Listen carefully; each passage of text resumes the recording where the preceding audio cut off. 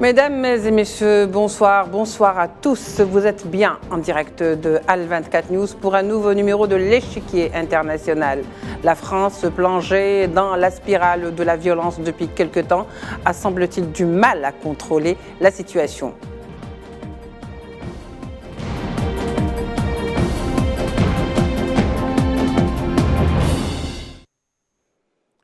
La mort ou l'assassinat par un policier du jeune Nahel a déclenché l'émeute ou la colère dans plusieurs villes françaises. Une marche blanche initiée par la maman de Nahel suffira-t-elle à apaiser et absorber la tension de la rue, échappant de plus en plus au contrôle des forces de l'ordre? Le mouvement de colère risque-t-il de se retourner contre lui-même et d'être récupéré au profit de la droite, au risque de desservir la cause de Nahel et son droit à la vérité? C'est de ces questions que nous allons débattre ce soir avec nos invités, respectivement avec Gamal Abina, analyste des questions internationales. Il est avec nous par Skype depuis Paris. Gamal Abina, bonsoir. Merci d'avoir accepté notre invitation. Bonsoir, merci pour l'invitation. Maître Gilles Devers, avocat au barreau de Lyon, il est également avec nous par Skype depuis Paris. Maître Gilles Devers, bonsoir. Merci d'avoir accepté notre invitation. Eh bien, bonsoir, heureux pour ce moment d'échange. Merci beaucoup. Manuel Pouchelet, expert en questions de géopolitique, il est également avec nous de Paris par Skype. Bonsoir, Monsieur Manuel Pouchelet. Monsieur Manuel Pouchelet, vous nous entendez ? Oui, alors très bien. Alors, messieurs, merci d'être avec nous pour débattre de ce sujet. Un jeune de 17 ans se trouvant à bord d'une voiture. La voiture est interceptée par un policier qui finit par lui tirer dessus. Le motif, refus d'obtempérer, une expression reprise par les médias français qu'il avance comme un mot d'ordre presque pour justifier le méfait du policier. Gamal Abina, qu'en pensez-vous ? Simplement que dans cette malheureuse histoire, dans cette triste histoire, ça révèle plusieurs choses. La première, c'est pas la première fois qu'on a des policiers qui tirent sur la population civile, ça arrive. Hein. On appelle ça des bavures traditionnellement, mais cette fois-ci, c'est encadré par un texte de loi qui autorise ce qu'ils appellent la légitime défense. En vérité, ce qu'ils autorisent, c'est simplement la possibilité pour un policier d'apprécier s'il se sent en danger, donc de tirer, de faire usage d'armes à feu. Problématique première aujourd'hui, c'est que c'est un jeune de 17 ans qui n'avait aucun problème. Or, il y a plusieurs problèmes qui sont soulevés. Premièrement, il n'a pas agressé les policiers, il n'y avait pas de possibilité de les renverser puisqu'il a juste voulu prendre la fuite à la suite d'une menace armée de deux policiers extrêmement agressifs. Et malheureusement pour eux, ils ont fait un faux témoignage, ils ont fait un faux procès verbal, ils ont fait ce qu'on appelle un faux en écriture publique qu'ils ont versé au dossier afin de se disculper. Mais entre-temps, une caméra a filmé les événements, ce qu'ils ne savaient pas. Et c'est cette caméra qui a mis en exergue le fait que ces policiers ont eu un comportement au moins inadapté, sinon évidemment criminel. Donc en l'occurrence, on peut parler d'un crime. Je rappelle, et c'est important de le souligner, que ce jeune avait 17 ans, n'avait pas de problème de police, n'avait pas de casier judiciaire, contrairement à la propagande qu'il avait mis au départ, et surtout que ce jeune de 17 ans n'avait posé aucun problème, si ce n'est la peur. Il a fui comme Ziad Ebouna à une époque, il a fui aussi comme l'affaire, on s'en souvient en 2005, comme l'affaire, une autre affaire beaucoup plus ancienne en 86, d'un jeune d'origine algérienne là aussi, qui a été tué par les voltigeurs. Absolument, Malik Oussekine. Donc tout ça, c'est un lien politique, on en reparlera si vous le voulez bien, mais il y a toujours un fil conducteur qui conduit à cela. Oui, très bien Gamal. Maître Gilles Devers, sommes-nous devant un cas de bavure policière ou un acte de raciste, sans vouloir anticiper? Oui, sans anticiper, sans connaître le dossier. Et en tout cas, on peut dire qu'avec cette scène qui a été filmée, on a un acte d'une gravité et d'une rareté tout à fait exceptionnelle. On voit passer des affaires. Et la première observation, c'est évidemment de se dire, mais qu'est-ce qui se serait passé s'il n'y avait pas eu cette vidéo? Eh ben, ça aurait été le triomphe du mensonge policier. Oui. Moi, je suis un citoyen, j'essaye de la police fait un travail difficile, on prend tout ça en compte. Mais ils ont inventé une thèse pour s'en sortir alors que le jeune était à peine, le cadavre n'était pas froid. Oui. Ça témoigne une perte de sens dans la police qui est quand même concernant. Donc le mot qui est juste, c'est celui d'un homicide volontaire. Il n'y avait absolument aucune nécessité de tirer, de faire usage de l'arme. Le refus d'obtempérer, on en parlera, mais c'est vraiment de la poudre de perlimpinpin. Et là, mais qui sert à justifier. Mais sur le fait, qu'est-ce qu'on a? On a un jeune homme qui est assis dans sa voiture avec ses amis et il part de l'avant et sa vie va prendre fin. par un tir à bout portant qui est fait pour tuer. Voilà. C'est Ouais. donc de l'homicide involontaire et ça se finira, tout le monde, si la loi est la même pour tous, en cour d'assises. Oui. Alors, on l'a dit, alors il y a tellement d'éléments qui poussent à réfléchir. D'abord, il y a si vous voulez, le langage, le lexique qui est utilisé, donc refus d'obtempérer. Alors, refus d'obtempérer, on a vu aussi les images qui le démontrent, il y a eu un tir à bout portant avec une distance zéro, donc on ne peut pas parler réellement de défense ou de quelqu'un qui essayait de se défendre, comme beaucoup de thèses ont été évaluées plutôt. Manuel Pouchelet, l'affaire risque-t-elle de partir en vrille, car on le sait très bien, les vidéos montrent plutôt un jeune qui fait un bout de chemin après avoir reçu une balle, il est mort juste après. On l'a laissé partir alors qu'il avait déjà reçu la balle. Donc, en plus du fait qu'on lui a tiré dessus, on n'y a pas prêté assistance, c'est-à-dire qu'on l'a envoyé carrément vers la mort. C'est difficile, vous savez, les images sont en cours d'interprétation, il y a une enquête en cours, mais ce que je peux vous dire, c'est qu'en fait, malheureusement, ce drame, mais aussi, d'ailleurs, les médias français commencent à en parler, un gros problème de formation des policiers et d'engagement de feu. On sait que c'est un policier qui est expérimenté, qui a des états de service irréprochables, mais là, si vous voulez, d'après les derniers éléments de l'enquête que nous avons, il est placé maintenant en détention. Donc, ce qui prouve bien qu'il est entièrement responsable de ses actes. Moi-même, j'étais dans le quartier de la Défense toute la journée et on nous a prévenu de quitter les lieux vers 5 heures parce que, si vous voulez, il se préparait d'autres événements pour ce soir où, à mon avis, les forces de l'ordre vont être mises à rude épreuve, si vous voulez. C'est un drame, c'est un jeune homme qui est mort à 17 ans. Tout ça parce qu'il a refusé d'obtempérer. Et je pense que ce soir, on a affaire, on va dire, ce drame est aussi la manifestation d'un mal-être d'une population qui aujourd'hui est sous pression. N'oublions pas que la police est aussi sous pression. Elle a encaissé, si je puis me permettre, les dernières manifestations, vous savez, contre les réformes des retraites. Un peu de temps avant, il y avait d'autres manifestations. Donc, si vous voulez, la situation est délicate et les autorités politiques, M. Macron a donné des éléments de langage à ses ministres en demandant l'apaisement. Maintenant, voyons si cela sera suivi d'effet. Mais je peux vous dire une chose, c'est malheureusement un drame de trop. Là, on est au seuil de l'été, au seuil des vacances. Et croyez-moi, je pense que des deux côtés, la population est déterminée à obtenir justice et c'est ça le plus important. Et je pense qu'il ne faudra pas trop tarder parce que l'exigence des temps et des délais, si vous voulez, malheureusement, commence à être prise en compte dans la tension et tenter d'apaiser ces tensions en tout cas. Oui, bien sûr, avant de poursuivre le débat, j'aimerais juste préciser que l'affaire, justement, cette affaire de Nahel et l'assassinat de Nahel a été suivie d'un communiqué de la part du ministère des Affaires étrangères algérien qui a effectivement dénoncé dans les termes les plus sérieux, se dit plutôt très choqué et consterné par la disparition brutale et, je cite, tragique du jeune Nahel et des circonstances particulièrement troublantes et préoccupantes dans lesquelles cet incident est intervenu. Je reviens vers vous, Gamel Abina. Alors, on parle, comme je disais tout à l'heure, d'un certain lexique. D'abord, refus d'obtempérer. On l'a vu lorsqu'il y avait les manifestations des Gilets jaunes, qu'il y avait une grande pression, mais on n'a pas vu ce genre de scène où on tirait à bout portant à une distance très, très rapprochée sur les gens. On peut très bien mettre ça sur le dos de la pression, mais est-ce que, je veux dire, c'est un bon prétexte? Alors déjà, pour commencer, je tiens quand même à rappeler une chose importante. Je suis d'origine algérienne, la femme, son fils en l'occurrence, était d'origine algérienne, Malik Oussekine est d'origine algérienne. Il y a un continuum dans le temps et dans l'action. Et ce que je remercie pour le coup les autorités d'avoir pris leurs responsabilités, ce qui n'était pas le cas à l'époque, sauf du temps de Boumedienne, d'avoir pris leurs responsabilités en disant qu'ils étaient préoccupés du sort de leur diaspora à l'étranger. C'est très important que l'Algérie fasse corps avec sa diaspora parce qu'on n'a pas oublié notre pays. Ça, c'est la première des choses. Alors oui, effectivement, du temps des Gilets jaunes, une femme a été tuée, il ne faut pas l'oublier non plus. Une femme a été tuée à Marseille, d'accord. C'est la seule morte d'ailleurs des Gilets jaunes, Zineb Redouane, qui est d'origine algérienne, là encore, C'est incroyable. À chaque fois, c'est les Algériens qui ont tendance à prendre. Mais j'ai envie de dire simplement, c'est que la loi qui a été mise en place.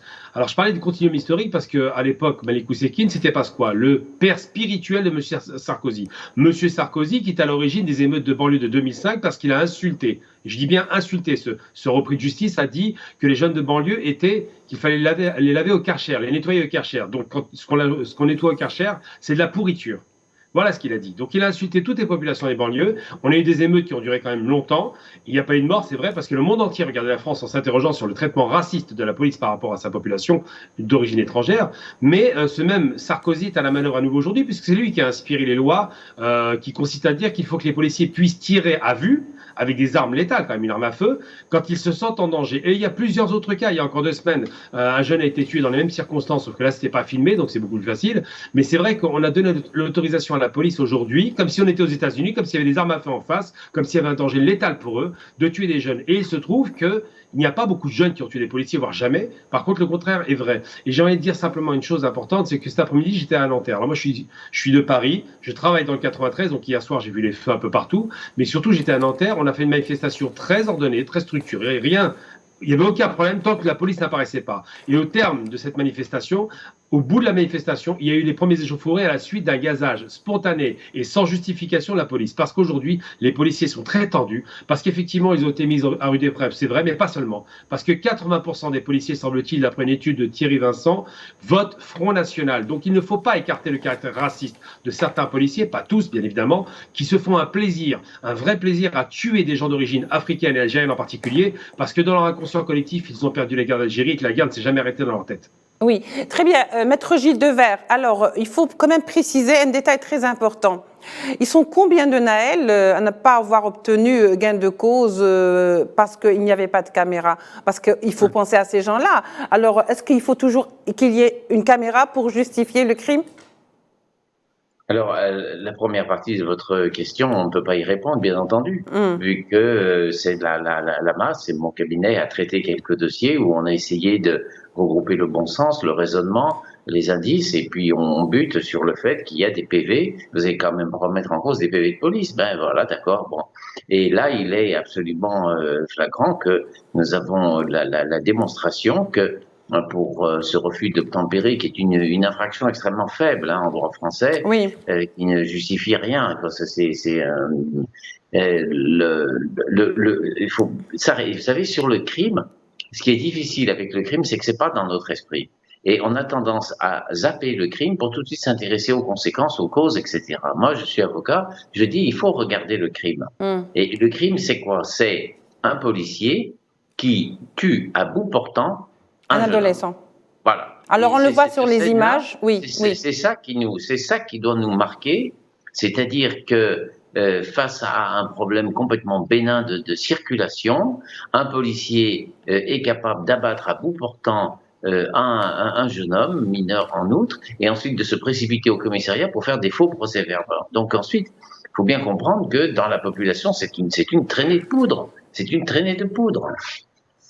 Très bien. Manuel Pouchelet, alors on l'a dit, c'est vrai que ce que vient de dire Gilles Devers, maître Gilles Devers, on parle de refus d'obtempérer, mais tout le monde a vu les images, c'est vrai, on peut les interpréter comme on veut, mais quand même il y a un bout de vérité qu'on ne peut pas occulter, à savoir que ne pouvait-il pas neutraliser le jeune autrement qu'en lui tirant dessus, par exemple, et on sait très bien qu'il avait la latitude peut-être d'utiliser d'autres procédés.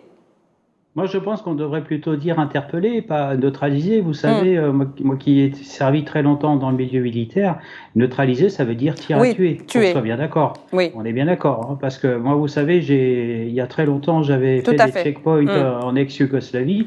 Et croyez-moi que les conditions de feu étaient très strictes, si vous voulez. C'était très encadré. Et nous étions à une époque où il n'y avait pas les caméras et tout ce qu'on est en train d'évoquer ce soir. Je pense que, vous savez... Mais ça, c'était en temps de guerre, monsieur Pouchelet. On est d'accord. Mais maintenant, moi, je transpose la situation. Aujourd'hui, je pense qu'on a eu peut-être un policier qui a eu très peur, qui a perdu ses moyens et par réflexe qui a tiré. Il y a eu aussi une victime qui a eu très peur, je suppose. Oui, oui, bien sûr, mais moi je pense malheureusement, nous avons affaire ici à une situation qui est particulièrement difficile, et j'allais dire heureusement qu'il y a ces caméras qui témoignent de ce geste qui est inacceptable et que même les politiques français se sont prononcés pour que le président de la République s'exprime sur le sujet. Ça veut dire que l'heure est grave quand même. Et ce soir, ce policier est maintenant en prison.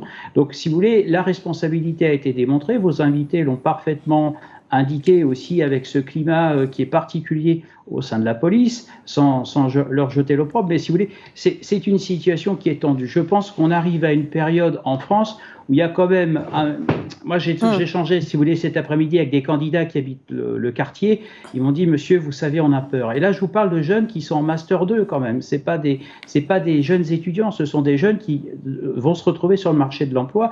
Et je l'ai senti dans leurs propos qu'ils sentaient cet avenir incertain. Et je pense que quand une population a peur, quand il y a cette insécurité, bah, ça donne la situation à laquelle nous assistons. Maintenant, pour revenir à votre question, c'est très encadré. Malheureusement, je n'ai pas forcément les compétences juridiques pour pouvoir vous y répondre plus précisément. Mais croyez-moi que ça met, si vous voulez, les journalistes français, les médias français se sont penchés sur ce manque de formation, parce que les formations sont devenues de plus en plus courtes au sein de la police, et je pense que là est le problème et qu'il va falloir rapidement trouver des solutions. Oui, bien sûr, vous faites bien de le dire, mais apparemment, il n'y a pas que ça aussi. Gamal Abina, alors, est-ce que vous ne pensez pas que finalement, on est en train de franchir un nouveau cap dans la violence policière en France, après l'affaire Ousekine, et après l'affaire de 2005, où 2 jeunes se sont fait électrocuter alors qu'ils tentaient également d'échapper à la poursuite de la police, et qui ont fait 3 semaines comme même de manifestations et de mouvements de colère. Alors, est-ce que désormais, on est finalement destiné à ça? Vous savez, moi je suis né en France, donc Emmanuel Pouchelet, évidemment, il parle de son point de vue parce que c'est des choses qu'il ne peut pas entièrement appréhender et je ne peux pas lui en vouloir. C'est quelqu'un de plutôt positif et ça, là-dessus, je rends hommage, mais en vérité, il ne comprend pas la réalité. Quand on vit dans un quartier populaire, ça a été mon cas, j'ai été plusieurs fois braqué par les policiers, on m'a tiré dessus, j'ai été agressé, j'ai été insulté, j'ai un copain algérien à qui on a voulu, alors qu'il est sourd et muet, qu'il dise son nom, on l'a frappé pour ça. Au commissariat, il y a beaucoup d'anciens de l'Algérie française qui nous faisaient la misère, ça c'est les années 80. Donc on avait toujours des pressions policières importantes. Et à l'époque, on n'était pas délinquants. C'est vrai qu'en Algérie, on a tendance à voir les beurs, jeunes délinquants qui par essence font des bêtises et la police réagit. C'est pas comme ça que ça s'est passé. La police nous agressait et nous réagissions. C'est le contraire. Moi, j'ai pas été formé dans la délinquance, le parent était très strict et pour autant on subissait cela. Là, ce qu'on a vu dans les images, il y a une bande-son qui a circulé. On entend très bien, les policiers n'ont pas du tout eu un sentiment d'insécurité, ils étaient dans la menace. C'était Starsky et Hutch. L'un disait à l'autre, shoot-le. Et le premier disait, et c'est d'ailleurs, je trouve pas normal que le second, qui est complice, n'a pas été mis en prison, disait, je vais te tirer une balle dans la tête. C'est l'enfant qui a eu peur. C'est pas les policiers. Eux, ils étaient dans l'impunité. Ils savent qu'ils ont une loi qui les protège, qui s'appelle la loi, comme aux États-Unis, on a l'impression d'être au Far West. La loi, soi-disant, parce qu'ils ont la violence qu'on appelle la violence d'État, qui est autorisée, la violence légitime d'État. Mais ils ont obtenu une chose qui est gravissime, c'est l'idée selon laquelle un policier peut utiliser la légitime défense. Sauf que, en face de lui, il n'a pas d'arme à feu. Ce sont des voitures, de gens qui s'enfuient. Donc quand on parle de refus d'obtempérer, il y en a un toutes les 20 minutes en France. Mais il n'y a pas un mort toutes les 20 minutes. On a des policiers qui sont des policiers voyous, et je utilise le terme, qui votent très souvent extrême droite et qui détestent les Arabes. D'ailleurs, des images ont circulé hier aussi, encore je crois sur Brut, où il montrait un policier dire à une Africaine, retourne dans ton Afrique si t'es pas contente. Oui. Donc il y a quand même des paroles qui sont là, il y a une ambiance générale. Après, la violente et extrême qu'on voit aujourd'hui, c'est une réaction à une cocotte minute, c'est systématique. Moi, toute ma jeunesse, j'étais contrôlé par la police, j'étais insulté par la police. De quelle origine tu es? Qu'est-ce que tu fais là? Retourne dans ton pays. Ça, je l'ai entendu. Ça, c'est un petit peu le délit de faciès. Tout le temps. À chaque fois que vous avez une tête d'arabe ou de noir en France et que vous avez un policier, pas tous, je précise bien, il y a des policiers qui font très bien leur travail, qui sont honnêtes, ça existe évidemment, mais il y a ce qu'on appelle la racaille dans la police, particulièrement la BAC, la brigade anticriminalité, rien que son nom dit des choses. Ils envoient une brigade anticriminalité pour régler des problèmes de délinquance, comme si on était tous des criminels, ça vous dit un petit peu des choses. Eh bien, ces policiers, j'ai eu affaire à eux, je vous le dis sincèrement, c'est systématiquement du mépris, de l'agression, une vantardise, une prétention. Il y a encore 4 jours, j'ai une femme policière d'origine antillaise qui m'a parlé comme un chien, parce qu'elle disait « Je suis de la police, monsieur, ne passez pas par là ». comme ça, très agressif. La police française imite malheureusement la police américaine, la pire au monde, et c'est la seule police d'Europe qui se comporte aussi mal. Vous allez en Angleterre, en Allemagne, en Espagne, j'ai fait ces pays-là, en Autriche, j'en reviens récemment, ça se passe très bien avec la police parce qu'il y a une communication. Mais depuis que M. Sarkozy, le repris de justice, a arrêté la police de proximité qui avait largement calmé les tensions dans les banlieues, et depuis qu'ils ont fait cette loi inique qu'on doit absolument abroger, l'article 122-5 du Code de procédure pénale qui autorise un policier à tuer qui il veut quand il veut, ce n'est plus acceptable. Il faut installer les caméras sur la police obligatoirement pour voir qui fait quoi. Oui, comme ça, n'eût été les caméras, on n'aurait même pas su qu'il était tué ou assassiné par balle par un policier. Je reviens vers vous, Gilles Devers, maître Gilles Devers. Alors, sur le plan juridique, qu'est-ce que ça vaut tout ça? D'autant plus que c'est la première fois, il me semble, que le policier en question a requis le placement en détention c'est un choix rarissime dans ce genre d'affaires, il faut le dire. Et le juge ou le parquet a décidé donc de le retenir et de le mettre en détention. C'est déjà quand même un pas assez positif dans cette affaire, maître Gilles Devers. C'est le service minimum et c'est l'application de la loi. C'est un geste. Alors, est-ce qu'on peut qualifier l'assassinat? L'assassinat, c'est la préméditation. Donc, ça sera un petit peu difficile. Mais en revanche, il y a l'intention. C'est-à-dire qu'effectivement, il y a ce langage. On attendra que les expertises, que tout ça se prononce. Mais on a vu le dialogue qui était rappelé à l'instant. Et le policier lui dit shoot et l'autre dit voilà. Donc, il y a une intention. Donc, l'intention de tuer, c'est l'homicide involontaire, c'est le meurtre. Pardon, c'est l'homicide volontaire, c'est le meurtre. Avec un agent d'autorité sur un mineur, et ça nous conduit sur un procès criminel qui doit aller en cour d'assises.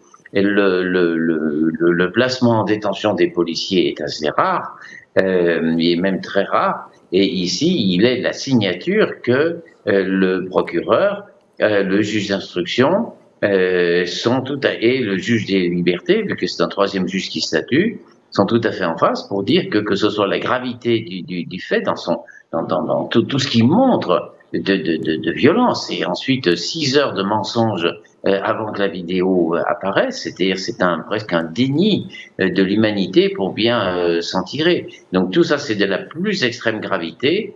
Et je sais qu'il y a des avocats de partie civile qui vont se manifester, qui vont veiller à ce que le dossier soit sur les rails, mais c'est un dossier qui est pas compliqué. Il ne faut pas aller chercher midi à 14h, il y a tous les éléments, et je pense qu'il y a un grand intérêt, après des expertises, à ce qu'il puisse être jugé dans un délai très correct. Voilà, il y a une très forte attente sur ce plan. Oui, très bien, maître Gilles Devers, restez avec moi parce que je pense que j'aurai encore besoin de vous. Je vais essayer de vous relancer avant de passer vers Manuel Pouchelet pour parler de cette marche blanche justement qui a été un petit peu dispersée avec les lacrymogènes alors que c'est une marche blanche. D'habitude, on respecte un peu plus. Mais je voulais juste vous faire réagir sur cette information qui nous parvient à l'instant. C'est une action publique qui vient d'être intentée. Alors, tenez-vous bien, contre le défunt Naël. Maître Gilles Devers.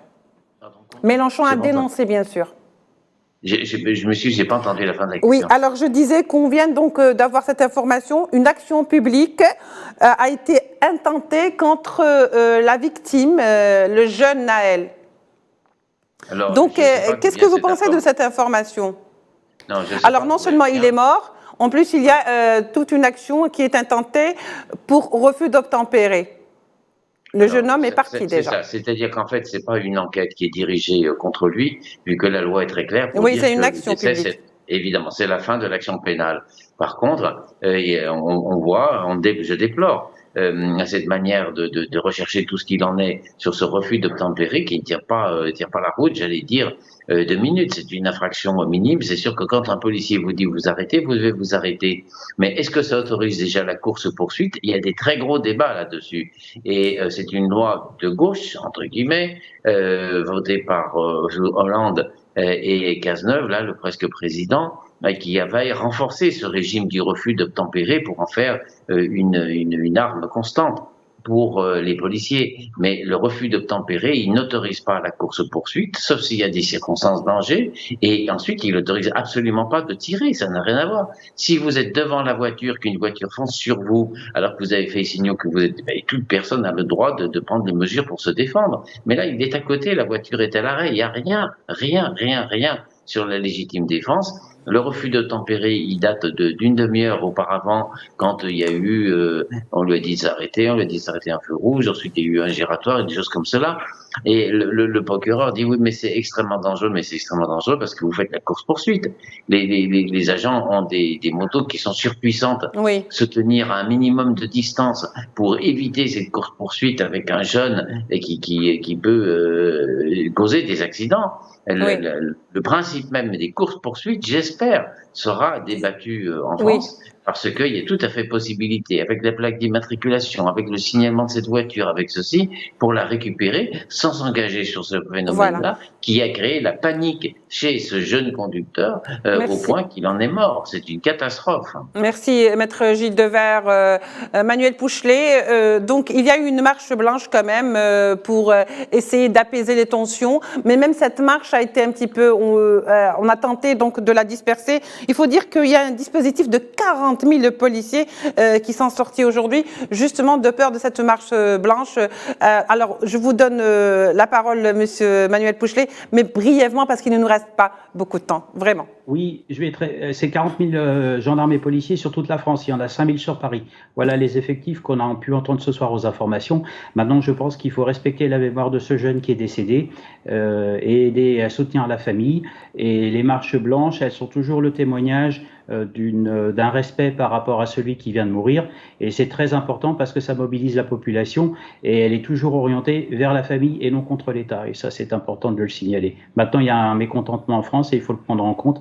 Et je pense qu'il va falloir agir et vite, comme l'ont dit tous vos invités ce soir. Très bien. Alors, je ne sais pas si on a nos 30 secondes de la fin. Je voulais donner donc la parole à Gamal Abina pour conclure. Simplement rapidement, 30 secondes, Gamal. 30 secondes. Ce soir, il y aura des chauffeurs, ça va se bagarrer. Les jeunes sont très survoltés. La manifestation s'est mal passée, on a été gazés. Donc n'attendez pas de miracle, ça va très très mal se passer parce que tous les gens des quartiers populaires de toute la France ont le même sentiment de justice. Très bien, Gamal Abina. Alors, je rappelle que vous êtes analyste des questions internationales. Merci d'avoir été avec nous. Merci également à vous, Monsieur Manuel Pouchelet. Vous êtes expert en questions de géopolitique. Merci à Maître Gilles Devers d'avoir été avec nous. Vous êtes avocat au barreau de Lyon, avocat du Front Polisario et avocat de la cause palestinienne. Merci à vous de nous avoir suivis. On se retrouve demain pour un autre sujet de l'échiquier international. Au revoir.